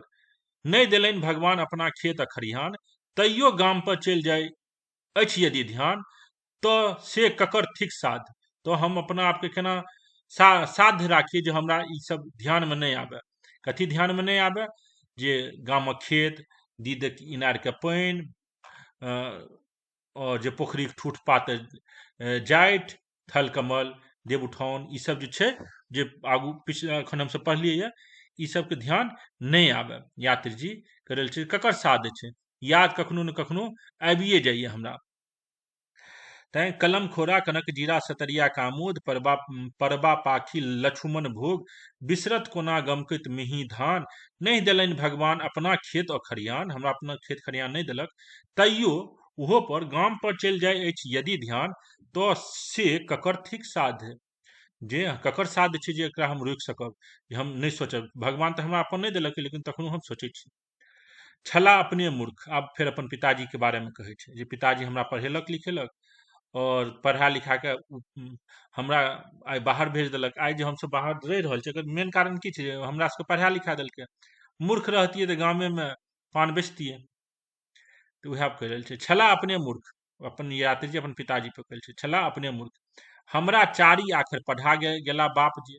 हमर जे बाप छल ओ हमरा 4 गो आखर अर्थात हमरा पढ़ा लिखा देल। की सोच के पढ़ेलकै? बौआ कमा के लगा देता टाल। अपना सबके गाँव घर में कहै छै ने बौआ बेटा सबके, जे बौआ कमा के लगा देता टाल। जब अपना तऽ मूर्ख छलहुँ छी, अपना तऽ गरीब छी, तऽ कम से कम बाल बच्चा के पढ़ा दै छी जे उएह कमा के टाल लगा दे, जे बुढ़ारि में जखन हम बूढ़ हैब तऽ हमरा खाय ले देत। अखनो तऽ गाँव घर में या सब समय बच्चा के पालन पोषण तऽ माय बाप इएह ले करै छै ने, चाहे कतनो पैघ धनी माय बाप रहे या गरीब माय बाप रहे। माय बाप के मन में कम से कम ई तऽ जरूर एक बेर ख्याल रहे छै जे हाँ बच्चा के पढ़ायब लिखायब नीक से, ओ किछु कमाए तऽ हमर बुढ़ापा में सहारा बनत। मेन तऽ उद्देश्य इएह रहै छै जे किया बाल बच्चा विवाह दान लोग करै छै, जे अखन जवानी है, अखन उम्र छै, तऽ चलू दोस्त महिम के साथ केओ साथ दए देल, बुढ़ापा में तऽ अपन बच्चे काज दै छै और केओ नहीं काज दै छै। तैं कह रहल छै छला अपने मूर्ख। जे यात्री जी कहल छै जे अपन पिताजी के लेल छला अपने मूर्ख, मूर्ख छलै। हमरा 4 आखर पढ़ा गेला, हमरा 4 आखर पढ़ा देलक। किया पढ़ा देलक? जे बौआ कमा के लगा देता टाल। जे पढ़े लिखे के बाद जो हमर बेटा ये अर्थात यात्री जी कमा के पैसा के टाल लगा देते। बुढ़ारी में बैसी के हम खायब। जे यात्री जी के पिताजी जे छै बुढ़ारी में बूढ़ होय के बाद बैस के आराम से खा सकते। हितक संगे शतरंज खूब खेलाब। जे गाम ओकर हित के आदमी छै, जे ओकर अपन आदमी छै, जे ओकरा संगी साथी छै, ओकरा सबके संग बैस के शतरंज खूब खेलते। के खेलते? यात्री जी के पिताजी। इहा सोच के यात्री जी के पिताजी यात्री जी के 4 आखर पढ़ा देलकै। आहि रे कपार। आब कह रहल छी यात्री जी हे कपार, हे हमर भाग्य, हमर नहीं से हुनक कर्मक दोष। ई हमर दोष नहीं छै जे आइ हम बाहर रहि रहल छी, प्रवास में रहि रहल छी। ई उनकर कर्मक दोष छै। ककर कर्मक दोष छै? ओकर पिताजी के कर्मक दोष छै, जो वो अपन बेटा के पढ़ेलक। पढ़ी गुनी के संतान लोकारण्य में गेलनि जे भूतिया। की भेलै पढ़े गुने के बाद? ओकर जे संतान छै अर्थात यात्री जी लोक के जंगल में, लोकारण्य मतलब लोक के जंगल में अर्थात शहर में। लोक जंगल शहर की होइ छै? लोक के जंगल, जतऽ लोक सब जना एते झुंड में झुंड रहे छै, तऽ उएह कहै छै पढ़ी गुनी के संतान लोकारण्य में गेलनि जे भूतिया। जे ओकर जे अर्थात यात्री जी खुद जे छै ई संसार लोकक समूह में, लोकक जंगल में अर्थात शहर में भूतिया गेलैया। ओकरा पता नहीं छै ओकर बाप जंगल में, गाम में केना छै, गाम के की स्थिति छै। बुढ़ारी में हक्कन जे कनला। यात्री जी तऽ निकलि गेल छलै पढ़ि लिख के गाम से। यात्री जी अपन पिताजी के बारे में कहि रहल छै जे इनकर पिताजी जखन मरलै बुढ़ारी में, तो बहुत कानित मरलै या। बुढ़ारी में हक्कन जे कनला, मुइला जे अनका ऊपर द भार। मुइला मतलब होइ छै मरनाइ। मुइला जे अनका ऊपर द भार, दूसरा के ऊपर दए के भार मरलै। कियाकि हुनकर पुत्र यात्री जी, जखन यात्री जी के पिताजी मरलै तखन यात्री जी तिब्बत घुमि रहल छलै, बौद्ध धर्म के खोज कए रहल छलै। तो वह कहल छै बुढ़ारी में हकन जे कनला, मुइला जे अनका ऊपर द भार। बिंदुओ भरी जल से तर्पण नहीं कियो केलकनि, हमर नहीं से हुनक कर्मक दोष। तो कह रहल छै जे बुढ़ारी में केओ ओकरा 2 लोटा पानि देवला नहीं छलै यात्री जी के पिताजी के। अर्थात यात्री जी कह रहल छै हम हुनका 2 लोटा पानि नहीं देलहुँ। पिताजी तो ई सोचने छलै जे पढ़ते लिखते बौआ कमा के टाल लगा देत, लेकिन हम पढ़लहुँ लिखलहुँ फेर शहर में लोकक जंगल में हम भुतिया गेलहुँ या, इम्हर से उम्हर घुमि रहल छी। हाँ, बाप के हमने बुढ़ारी में काज देलियै नहीं, जखन वो मरलै तो हम कंधे देलियै ओकरा, नहीं तर्पणे के लिए, तर्पण में पानि चढ़ा ले छै। एक बिंदुओ पानि से, एक लोटा पानि तो दूर के गप, एक बिंदुओ पानि से हम अपन बाप के तर्पण नहीं केलहुँ। तो ई सब जे हमरा स्थिति भेल ये, ने बाप के बुढ़ारी में काज देलियै, ने ओकरा मरे के बादे ओकरा हम कन्हा देलियै, एकर सबके के छै दोष? एकर दोष अपन पितेजी के दए रहल छै। हमर नहीं से हुनक कर्मक दोष। ई ककर कर्मक दोष छै? यात्री जी अपन पिताजी के दोष दए रहल छै। पढ़ी गुनी के संतान लोकारण्य में गेलनि जे भूतिया। बुढ़ारी में हक्कन जे कनला। हक्कन मतलब बहुत जोर से व्यथा। हक्कन कानने के मतलब छै बिना सहारा के, एहन स्थिति में लग रहल छै जे केओ ओकरा सहारा देवला नहीं छै। हक्कन कानने, हक्कन जे कानले, बहुत दुखित भए के कानै छलै ओकर पिताजी। अखनो गाँव घर में जे आदमी सब अकेला रहि रहल छै, जेकर बेटा पुतोह सब शहर से बाहर छै, उ बूढ़ सब तो हकने कानि रहल छै। अब मिथिलांचल की तो स्थिति छै, गाँव घर में 90% बूढ़े आदमी रहि रहल छै। के जवान आदमी सब रहि रहल छै? 90% तो सबटा बाहरे रहि रहल छै। तो ई स्थिति आइयो छै। तैं कहलहुँ ई जे द्वंद्व वाला जे कविता छै, ई नहीं छै जे 72 साल पहिलुका कविता छै। स्थिति आइयो छै। आइयो के आदमी के जहाँ जतने पढ़ा देबै अपन बाल बच्चा के, उ बाल बच्चा ने बूढ़ में काज दै छै, ने मरे के बाद बहुत हद तक काज दे पाबै छै। आबै छै मरे के बाद 4 दिन के बाद अमेरिका से। ई तो स्थिति छेबे करे तो हर लेवल के कहानी वह छै। करह जनु अफसोच। आब अपना आप के कनी ज्ञान दे रहल छै। देखो पूरा कविता में कखनो गाँव के आदमी के नीक बाजि रहल छै, कखनो कहे छै जे हम गाम के बिसरि नहीं सकब, कखनो ई शहर के बड़ाई करे छै। एक ताई कविता के द्वंद्व नाम छै। बात बुझल छियै? कखनो अपन बाप के दोष दे रहल छै, कखनो गाम के आदमी के, जे गाम में आदमी रह रहल छै ओकरा नीक कह रहल छै, कखनो शहर के नीक कह रहल छै। तैं ई कविता के द्वंद्व नाम छै। समझे कनी कोशिश करू। आब फिर कर रहल छै, आब एतऽ ज्ञान आबि रहल छै। जे नहीं शहर में रहनाइ किया नीक छै, आब एतऽ बता। देखो, करह जनु अफसोच। जनु मतलब होइ छै नहीं। यात्री जी कहै छै अफसोच नहीं करू, अर्थात पश्चाताप नहीं करू। किया नहीं पश्चाताप करू? मुआल बहिन, ककर पश्चाताप नहीं करू? जे बहिन मरि गेल। मुआल मतलब बहिन, मुआल मतलब मरनाइ, बहिनक बहिन मतलब बहिन। मुआल भायक, मुआल बापक, मुआल मायक। करह जनु अफसोच अर्थात यात्री जी अपना आप के आप कह रहल छै, और अपना आप के मार्फत से सब आदमी के कह रहल छै। देखो साहित्य में की होइ छै? सब आदमी के मन के गप रहे छै, एहन नहीं छै जे साहित्य सब आदमी के समान मन छै। हम सब की कहै छियै, साहित्य में 9 रस रहे छै। 9 रस जे छै, ई 9 रस हर आदमी में, चाहे स्त्री हो कि पुरुष हो, सबके मन में होइ छै। सबके मन में श्रृंगार भाव होइ छै, सबके मन में क्रोध आबै छै, सबके मन में हंसी आबै छै, दुख आबै छै, ज्ञान आबै छै। तो ई मानव, हर मानव में ई आबै छै। तैं यात्री जी एहि कविता के मार्फत से अपना आप के तो ज्ञान दैये रहल छै और दोसरो आदमी के ज्ञान दे रहल छै। तैं ई कविता के अहाँ यूज एतो कए सकै छियै। जेना मानि लिअ यात्री जी के पिछले साल एगो कविता क्वेश्चन छलै, यात्री जी जे छै युग द्रष्टा और युग स्रष्टा छलै। युग द्रष्टा और युग स्रष्टा कवि छलै। तो यात्री युग द्रष्टा मतलब जे युग के देखलकै, और युग स्रष्टा मतलब युग के निर्माण करलकै।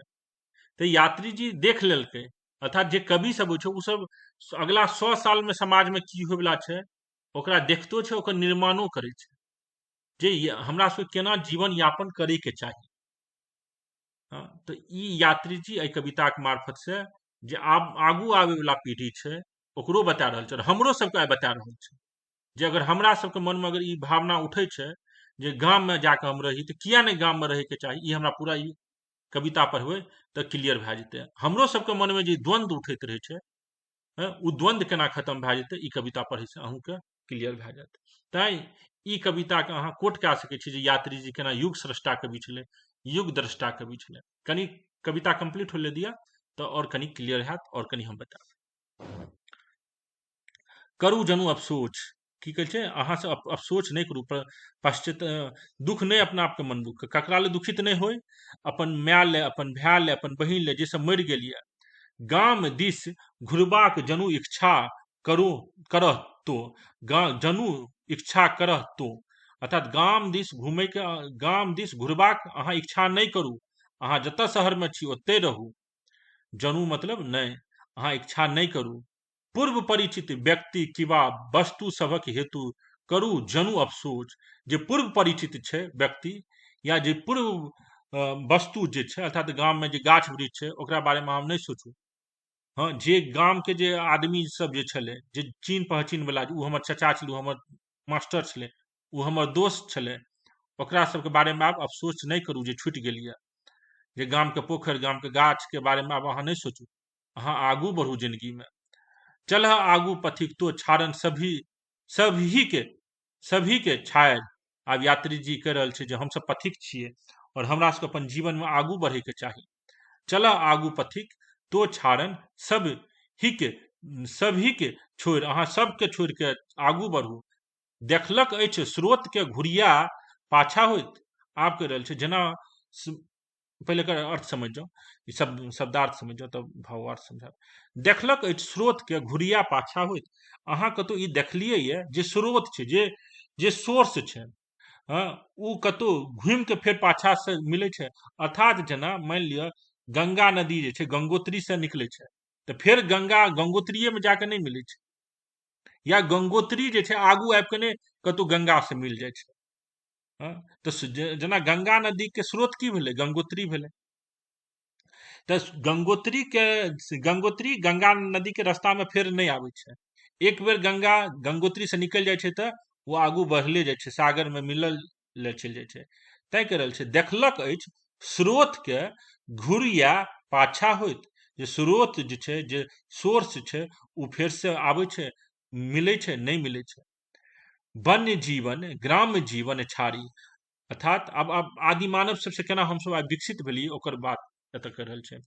वन्य जीवन अर्थात जे जंगल के जीवन छलै, ग्राम्य जीवन गाम के जीवन के छोड़ के आधि भौतिक शक्ति के दासी बनने जा रहल अछि प्रगतिशील प्रबुद्ध मानव नागरिक। जे बुद्धिमान नागरिक छै, जे प्रगतिशील नागरिक छै, ओ की कह रहल छै, जंगल के जीवन अर्थात आदि मानव के जीवन जे छलै ओकरो छोड़लकै। प्रबुद्ध नागरिके ने आदि मानव जंगल के जीवन को छोड़लकै, गाम के जीवन को छोड़लकै, और जे प्रकृति में जे सब दुख छलै आ प्रकृति के जे शक्ति छलै ओकर अपन दासी बनेलकै, और आइ प्रगति कए रहल छै। केना जे प्रकृति के शक्ति की छलै, जेना पानि, हवा, गर्मी, ठंडी, रोशनी, ई सब प्रकृति के शक्तिये छलै ने, जकरा हमसब पहिले मानै छलियै जे शक्ति छै, और आइयो मानै छियै। लेकिन आइ आदमी सब अपन बुद्धि बल के दम पर कखनो इजोत कए लै छै, कतौ हवा चला दै छै, कखनो इजोत कए दै छै, कतौ पानि बहा दै छै, कतौ हवा बहा दै छै। तो हमसब की करलियै ये, जे प्रगतिशील आदमी छलै, जे गाम घर के छोड़ि देलकै और अपन बुद्धि लगेलकै, जे प्रकृति के जे शक्ति छलै ओकरा अपन दासी आइ बना लेलियै ये। और हमसब आब अपन जीवन आगू बढ़ा रहल छियै। जन्म भरि तो गाम ले रहबह हक्कन कनैत। तऽ जे प्रगतिशील आदमी छै उ तऽ की करलकै ये, जंगल के जीवन को छोड़लकै, गाम के जीवन को छोड़ देलकै ये, और अपन प्रकृति जे छलै ओकर शक्ति के अपन दासी बनेलकै ये। तैं अपनो आप के और जे आदमी द्वंद्व में जी रहल छै ओकरा कहि रहल छै यात्री जी, जे हमरा सबके जन्म भरि गाम में रहे ले हक्कन नहीं काने के चाही। ई मन में पश्चाताप नहीं करे के चाही जे हम गाम में रही। गाम में अहाँ अगर जाके रहबै तऽ अपन जीवन अहाँ बर्बाद करबै। बुढ़िए तक ई मोह, अहाँ ई बेकारक मोह ये जे गाम में रही, गाम में रह के जे इच्छा से अहाँ भरि दिन कानैत रही छी, बेकारक सोचिए। तोरी अगर अहाँ के मन होइए, आब ओकर केना छै वर्णन समझ जाओ। बुढ़ी तक ई मोह, ई बेकारक मोह ये। अगर अहाँ के अखनो ई मोह भए रहल ये, अगर अखनो ई झूठ मूठ पागलपन वाला मोह भए रहल ये जे हम गाम में चलि जाए, तो अहाँ के की करे के चाही, तोरी तारी सिलाई, अहाँ जे सिलाई राखे, सिलाई अर्थात माचिस जैसे आगि जलबै छी ओकरा तोड़ि दिअ, आ करू की, रगड़ी पाथर से आगी जे करबाक हो बहार। नल के भंगठा जो कोरबाक हो इनार।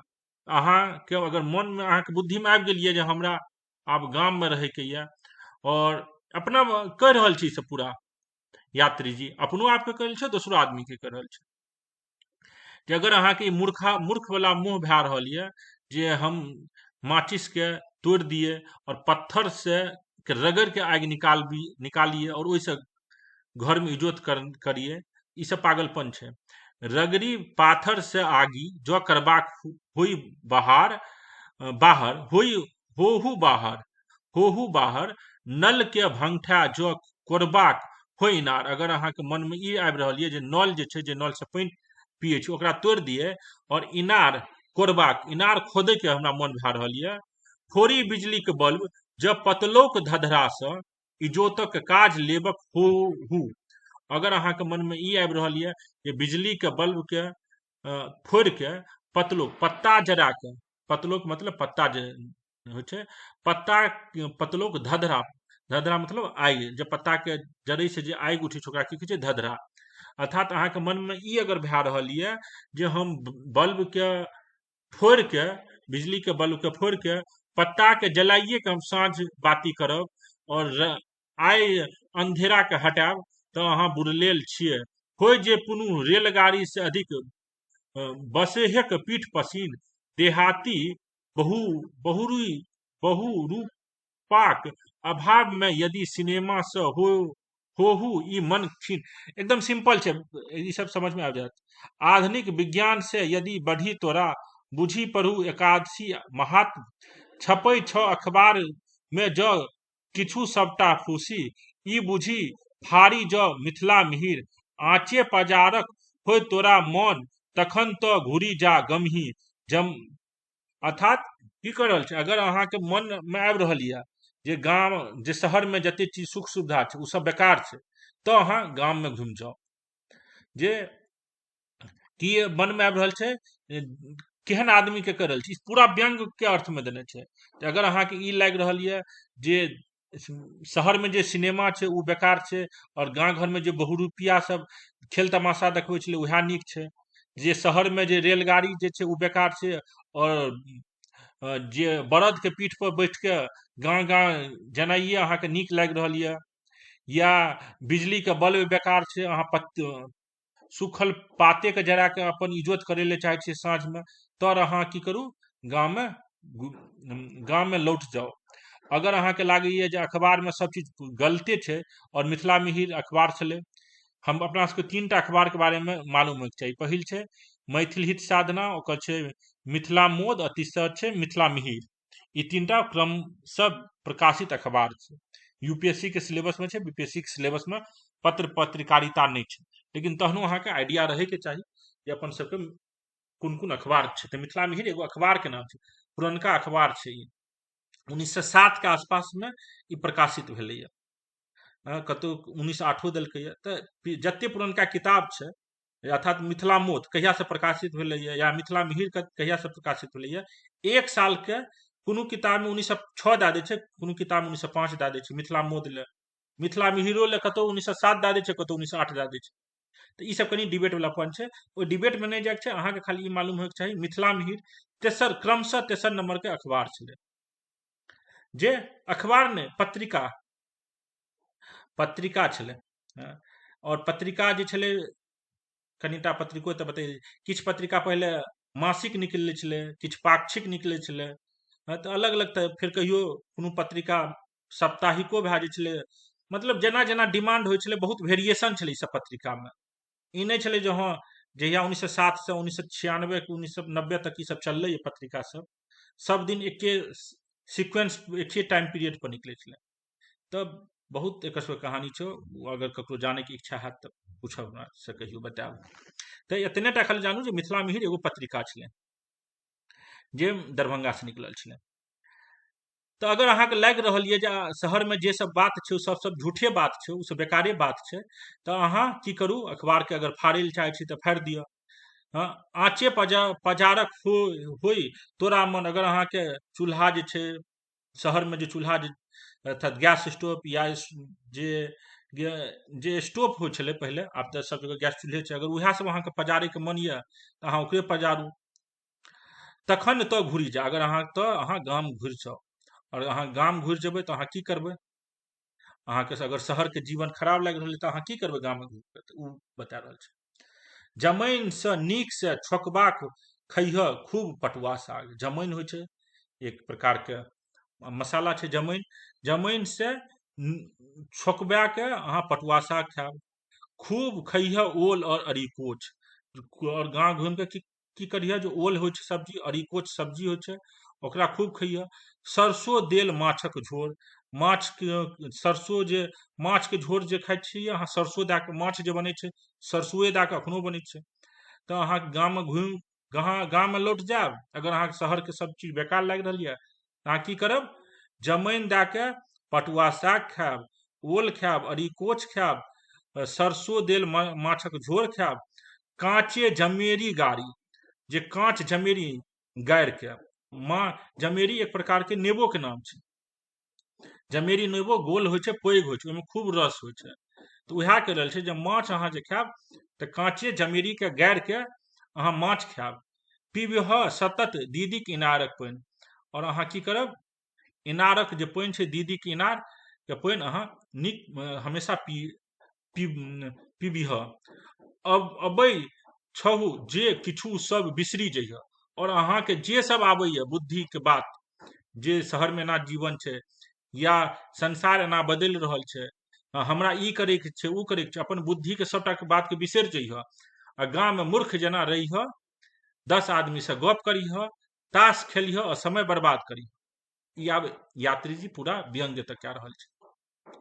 अगर अहाँके इएह लागि रहल यऽ जे अगर शहर के जीवन बेकार छै, तऽ अहाँ चलि जाउ गाँव में, और जे सब ज्ञान यऽ अहाँके दिमाग में, सब ज्ञान के बिसरि जायब। ई बता रहल छै। अबै छ जे किछु से सब बिसरी जइह, आम जामुन लताम कटहर शरीफा केरा की बरहर, लगबैह भगवान के ओ भगवती के भोग। और की करिह, गांव में रहिह और भगवान और भगवती के भोग लगाबिह, प्रसाद चढ़ाबिह। कथी चढ़ाबिह, आम जामुन लताम कटहर शरीफा केरा बरहर। अही से यदि समय बाँचीहू से गलौसी में लगबैह। अगर ई सबसे समय बच जेतऽ तऽ गलौसी में लगाबिह। गलौसी मतलब गोल बना के जतऽ 10टा आदमी गाँव घर में एखनो बैसे छै और खूब गप दै छै। गलौसी मतलब गोल बना के 10 आदमी के साथ गप देना, जे अच्छा एबे तऽ लालू जीतते, एबे बीजेपी जीतते, एबे नीतीश एबे हारि जेतै। ई सब जे बड़का बड़का गप जे छै, जे गप से अहाँके जीवन में वृद्धि नहीं हैत, विकास नहीं हैत, ओहन झूठ मूठ के गप देब। जे हाँ ओकर विवाह एतऽ भए रहल छै, एकर विवाह एतऽ भए रहल छै। हाँ जे ई हम देखलियै ये, ई गलौसीमे इएह सब गप होइ छै, उएह गप के एतऽ डाल छै। एही से यदि समय बाछू से गलौसी में लगबैया, खेलही शतरंज चौपार, और की करिह गलौसी में खूब गप दिह गाँव में जाके, और शतरंज और चौपार खेलिह।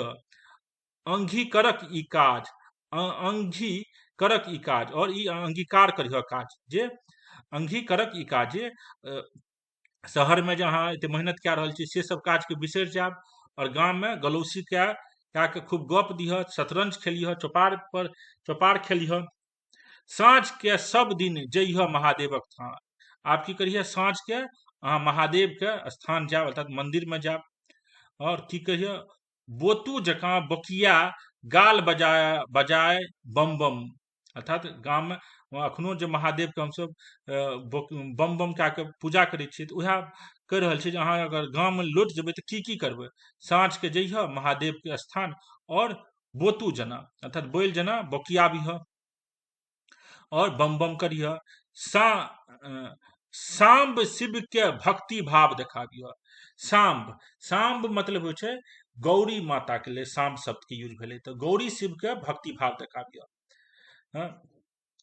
घुरिह टोल अपना और अनके दरबज्जा पर बैसी, और जखन साँझ के तू चलि जइह महादेव के ठाम पर, ओतऽ बौतू जना गाल बजा के बम बम करिह, गौरी शिव के भक्ति भाव देखाबिह, और जखन उम्हर से लौटे लागबह तो या तो अपने दरवाजा पर बैस जाइए या ककरो दोसरो के दरवाजा पर बैस जाइए, और खूब गप हाँकीह। यहाँ अखनो होइ छै, तमाकू चुनबैत हाँकीह गप, आ तमाकू चुनाबिह, और की करिह खूब गप के हाँकीह। क रहल अछि तरक्की धरी राज, आब की गप करते, तऽ गप की सब करे छै जे राज जे छै दरभंगा राज बहुत तरक्की कए रहल छै, इएह सब ने गप होइ छै। ल रहल अछि मोल 10टा पैघ बाई जहाज, की कए रहल छै दरभंगा राज 10टा जहाज पैघ लए रहल छै। ई सब गप जे अगर अहाँ गाँव में रहबै तऽ गाँव में बैस की करबै, ओकरे तऽ कल्पना कयल छै, ओकरे ओते चित्र एहि कविता में चित्र छै।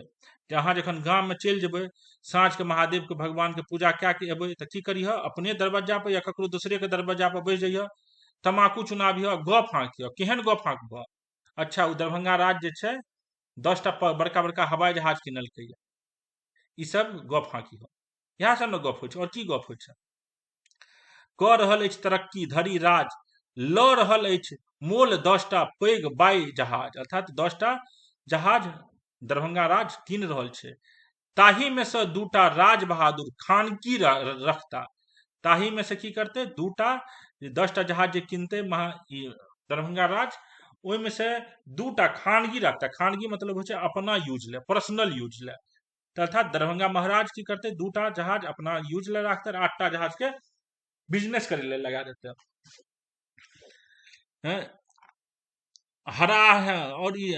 हराही मुरिया के बीचो बीच लेनक दो बगली, बड़का पातर पड़े छै, ताही ठा बनतैक ओ मैदान, जाही ठा रहतैक सुस्तैतैक बाई जहाज।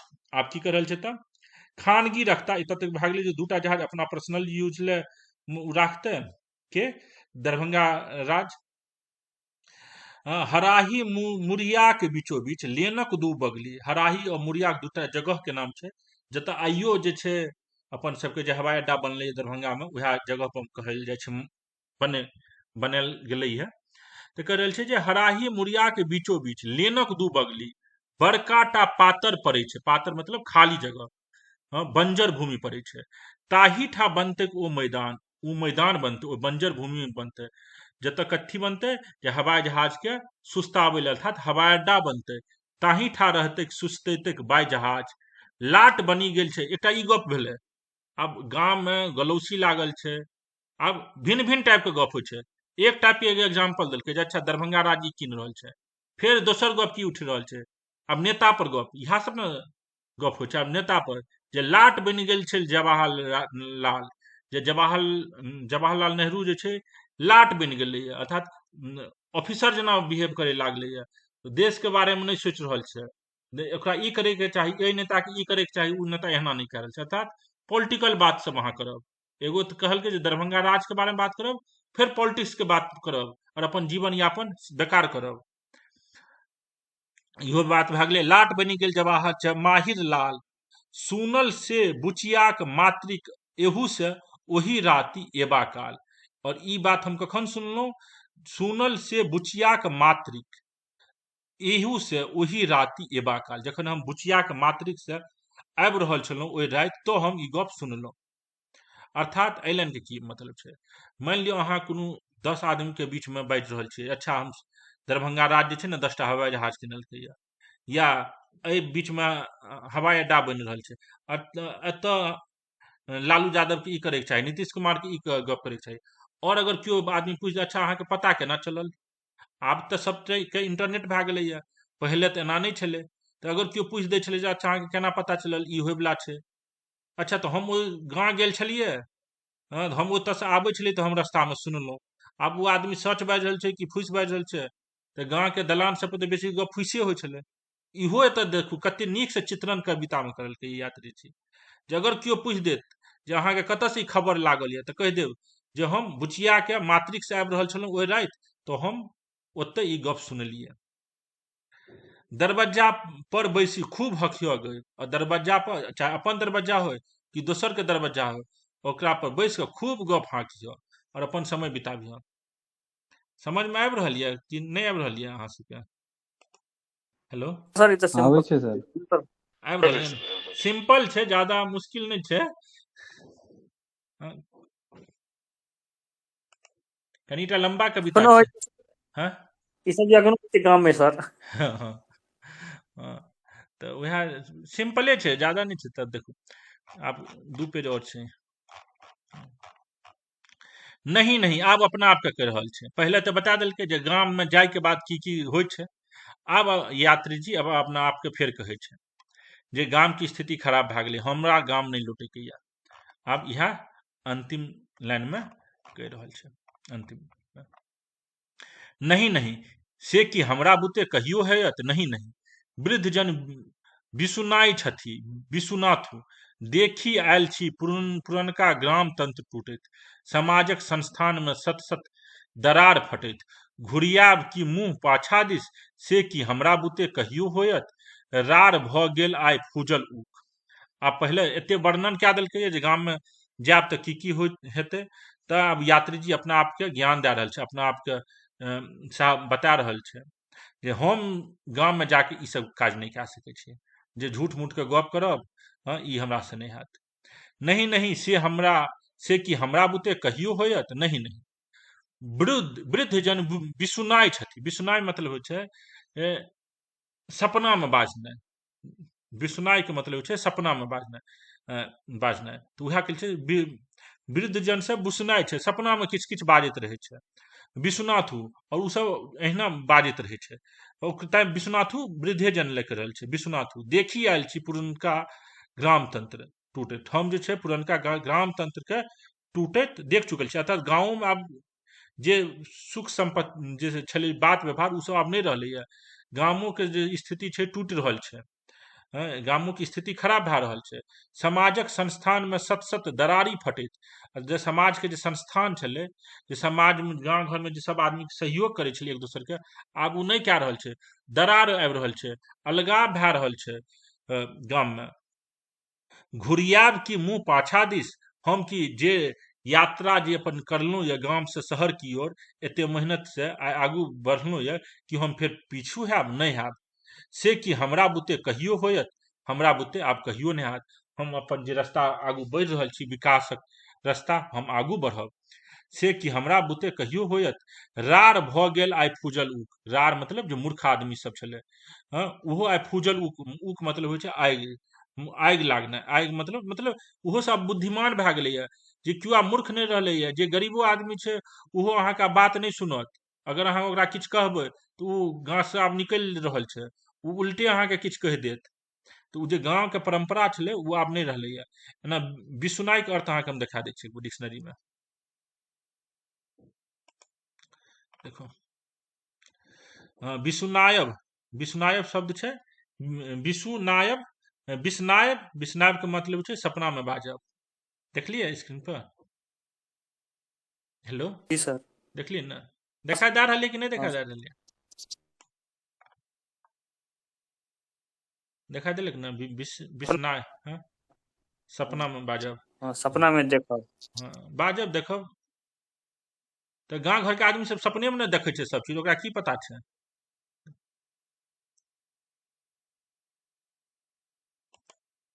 हाँ। रार भ गेल आइ फूजल उक, गुआर गोढ़ी अमात धानु केयो खयत नहीं ककरो ऐठ। अर्थात पहले जे गरीब आदमी सब छले, गुआर गोढ़ी अमात धानु ककरो ऐठ खा लै छले, आब कियो ककरो ऐठ तैठ नहीं खाय छै। अर्थात सब अपन कर्म करे छै, कियो ककरो कहल में आब नहीं छै। अर्थात पहले जे शोषण होइ छले, आब उ शोषणो नहीं ककरो भए रहल छै। डोम धोबी चमार नहीं पबनोट लेबै अयत, दूर दुएबै त उनटिक देत अहूँ के टोक। जे डोम होइ छलै, धोबी होइ छलै, चमार होइ छलै, पबनोट, जे पूजा पाठ में जे पबनोट, जे पूजा पाठ में खाना बनै छलै, मान लिअ पुरुखिये ठकुए सब देल जाइ छलै पूजा पाठ के बाद डोम धोबी चमार सबके। लेकिन आब कहि रहल छी यात्री जी, आब कियो नहीं लै ले आबै छै पबनोट लै ले। और अगर अहाँ कोनो डोम धोबी सबके कहबै जे आबू लै ले, तऽ उनटे अहीं के डांटि देत।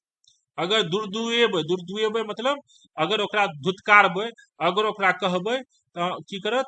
उनटे अहीं लग उ आबि जायत कहै ले। समझ में आबि रहल यऽ? हेलो, जी सर। बैकग्राउंड नॉइज हाँ बहुत सर। आबि रहल, क्लियर आवाज आबि रहल है कि बैकग्राउंड नॉइज बहुत आबि रहल यऽ? ठीक क्लियर छै है सर। सर। छै ने क्लियर? ठीक छै। डोम धोबी चमार नहीं पबनोट लेबै अयत, दुर्दुएबै तऽ उनटिक देत ओहो टोक। अगर अहाँ ओकरा दुर्दुएबै, ओकरा अहाँ अगर डांटबै तऽ ओहो उनटे से अहाँके टोकि देत जे अहाँ ई किया करै छियै। की करबै? सकुरी मधुबनी चलि जायत। अगर अहाँ ओकरा डांटबै धोबबै तऽ की करत? सकुरी और मधुबनी चलि जायत।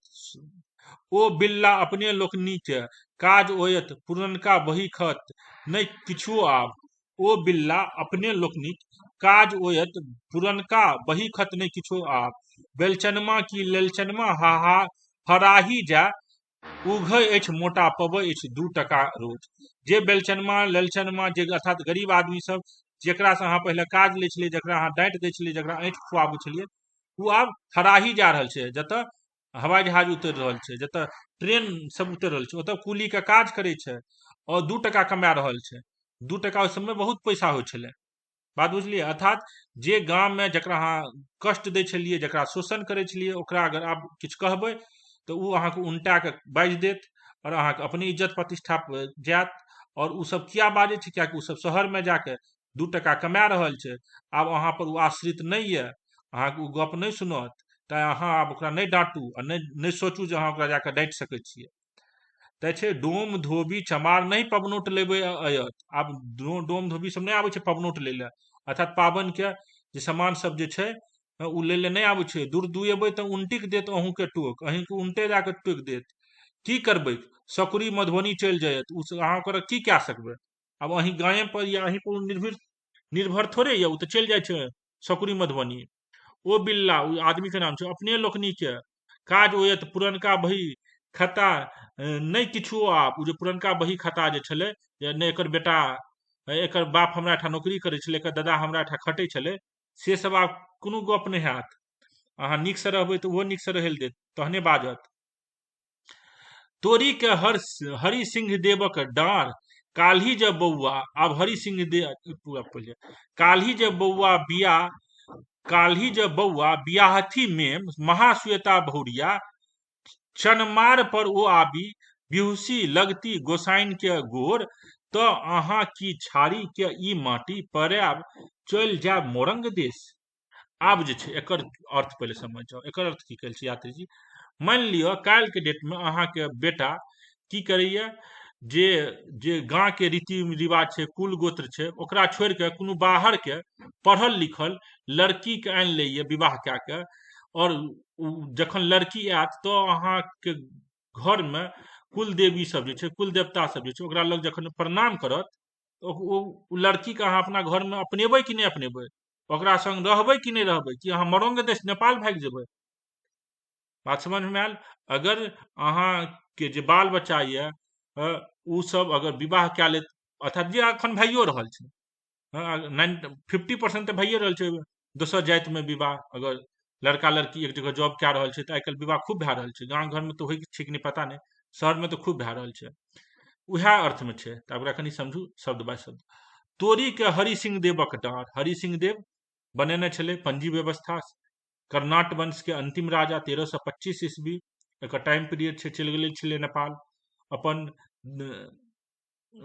खून के अर्थात वैवाहिक रिश्ता केना बनायल जाइ छै, पंजी प्रथा, ई हरि सिंह देव बतेने छलै, ई व्यवस्था लागू करेने छलै।